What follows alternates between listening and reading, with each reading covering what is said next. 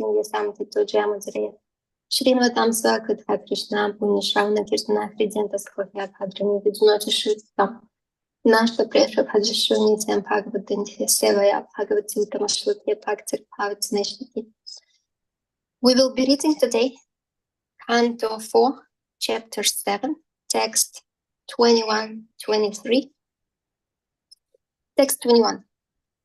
Pakshasi Adhishrita Vadhurvana Maliudara Hasavaloka Kalaya Ramayamscha Vishwam Parshva Pramad Vyajana Chamara Raja Hamsa Shvetatapadra Shashanopari Rajamana. Vakshasi on the chest, Adhishrita situated, Vadhu a woman, the goddess of fortune Lakshmi, Vanamali garlanded with forest flowers, Udra beautiful, Hasa smiling, Avloka glance, Kalaya with a small part, Ramayan pleasing, Cha and Visham the whole world, Parshva side, Brahman moving back and forth, Vyajana, Chamara, white yak-tail hair for fanning, Raja Hamsa swan, Shveta Adapatra Shashna with a white canopy like the moon, Upari above, Rajamana looking beautiful. Translation and purport by His Divine Grace A.C. Bhaktivedanta Srila Prabhupada Ki Jai. Lord Vishnu looked extraordinarily beautiful because the goddess of fortune and a garland were situated on his chest. His face was beautifully decorated with a smiling attitude which can captivate the entire world, especially the devotees. Fans of white hair appeared on both sides of the Lord like white swans, and the white canopy overhead looked like the moon. Purport. The smiling face of Lord Vishnu is pleasing to the whole world. Not only devotees, but even non-devotees are attracted by such a smile.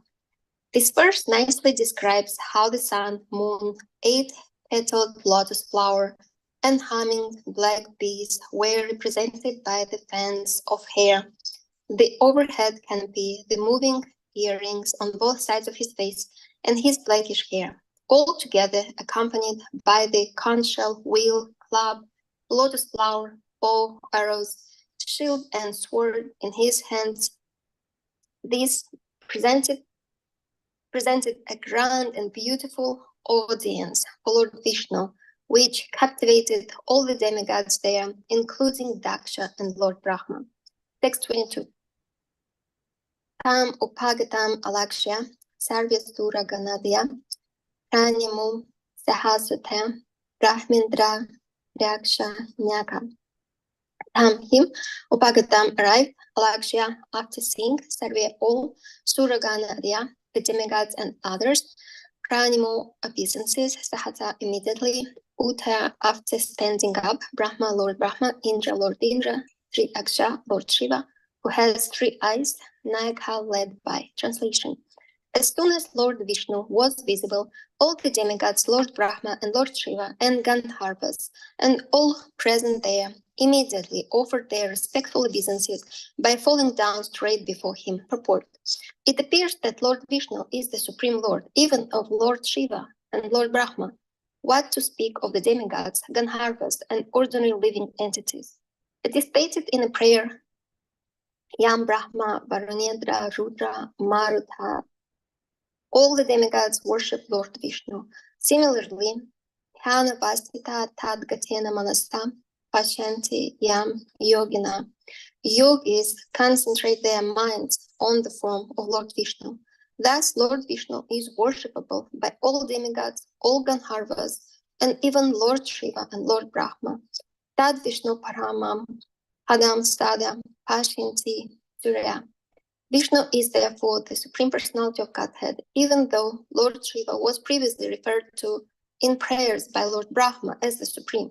When Lord Vishnu appeared, Shiva also fell prostrated before him to offer respectful obeisances. Text 23.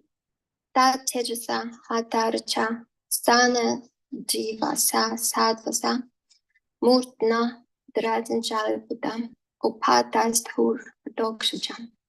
That Tejasa, by the glaring effulgence of his body, Hadarcha having faded lusters, Sana Jiva having silent tongues, Sa Sandvasa having fear of him, Murna with the head, Trita Anjali Putta with hands attached to the head, Upadas to great, Adokshija to Adokshija, the Supreme Personality of Godhead. Translation. In the presence of the glaring effulgence of the bodily luster of Narayana, everyone else's luster faded away, and everyone stopped speaking, fearful with awe and veneration. All present touched their hands to their heads and prepared to offer their prayers to the Supreme Personality of Godhead, Adokshija. End of translation. Om Agyanatimirandasya Nanjana Shvarakaya Chakshuranotam Vinatasmai Shri Gurave Namaha. Namo Vishnu Padaya Krishna Prishtabhutale Shamati Bhaktivedanta Swami Nityanamini. Namaste Saraswati Devi Gauravani Pracharani Nirvisheshwani Vada Pashtade Deshtani. Jai Shri Krishna Chaitanya Prabhu Nityananda Shri Advaita Gadhara Shri Vasati Gaura Bhakti Vrinda. Hare Krishna Krishna Krishna Hare Hare Hare Ram Ram Hare Hare. I humbly bow down and seek blessings from all the assembled Vaishnavas, and thank you for the opportunity to read Srimad Bhagavatam for my own purification. I've selected a few points to summarize from lectures from Parampara.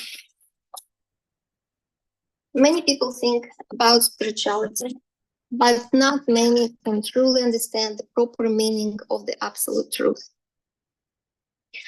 In one of the lectures, I heard about a train example. People from a small village who never saw a train heard that there is a new train station and a new railroad built nearby, and they wanted to see how the train looks like. Whole village went to the train station, and they were waiting for a long time and were getting tired. It was getting dark, and finally they saw the strong light coming from afar, the light that all trains have used to show the road. And people thought this is the train. Very bright light is the train. And many people left, thinking they saw the train. More patient ones stayed and saw the train has wagons, has a form. And some people left at that point. And most patient people stayed and saw that when the train stopped, people started coming out. Conversations and names were heard. They saw the purpose of the train and more personal approach. Similarly, many people have different ideas about God, and only devotees know that God is a person. He has wishes and feelings, and from this understanding of the absolute truth, we have read yesterday that devotees are in transcendental position and under protection of Lord Vishnu. These rare souls, devotees, coming to this world to give us their example and share their taste and devotion to the Supreme Personality of Godhead. Without them, there is no chance to approach Krishna. In text 21, we have read that Lord Vishnu looked extraordinarily beautiful, with smiling attitude, pleasing to the whole world. Devotees and non-devotees are attracted by such smile. He captivated all the demigods, including Daksha and Lord Brahma. Daksha's position is different from demigods. He is not a demigod, he's Prajapati. It's a very special position. The service of Prajapatis is assistant to Lord Brahma to put population to the place he created, and good population, Praja. They are empowered specifically to do that, and they supposed to be very qualified.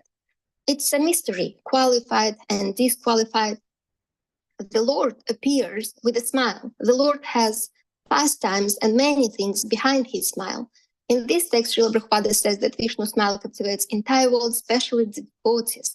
He's smiling with glances that give benedictions, and everyone gets energy from his smile. Everything is so nice.